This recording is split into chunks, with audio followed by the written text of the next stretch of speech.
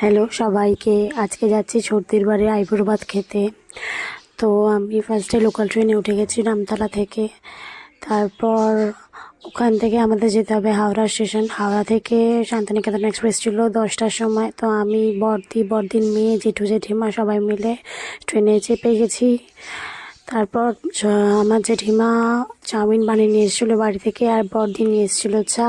তো ভালো করে চাউমিন চা খেয়ে সুন্দর ভিউ দেখতে দেখতে চলে গেলাম।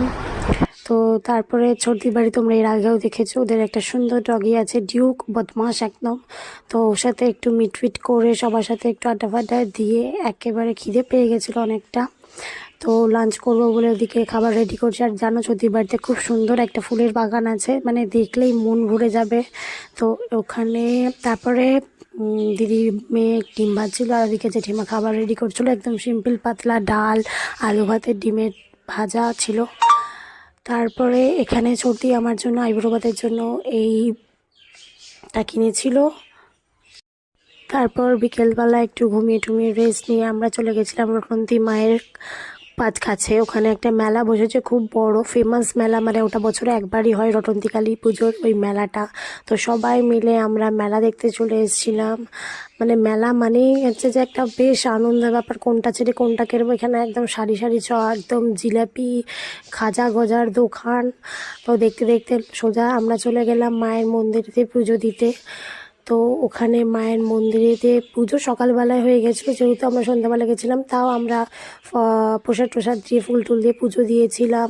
এখানে দেখো কত সুন্দর মেলাতে, মানে একদম ভর্তি ভর্তি জিনিস বিক্রি হচ্ছে, এরকম ব্যাপার। এই যে মায়ের মন্দির, মাকে একবার একটু দর্শন করে নাও তোমরা সবাই মিলে। তো তারপর আবার মাকে দেখে পুজো টুজো দিয়ে আমরা সোজা চলে গেলাম চুড়ি টুড়ির দোকানে।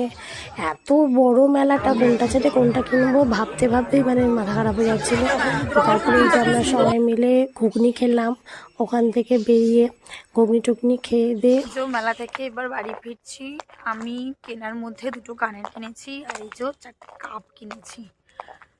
ঠিক আছে, এখানটা একটু লাইটের প্রবলেম হবে, বেশ অনেকটা অন্ধকার অন্ধকার আছে। তো মেলাতে খুব এনজয় করেছি সবাই মিলে, অনেক কিছু খাওয়া হয়ে গেছে। রাত্রিরে আজকে মেনু হচ্ছে ভাত আর মাটন হয়েছে। তো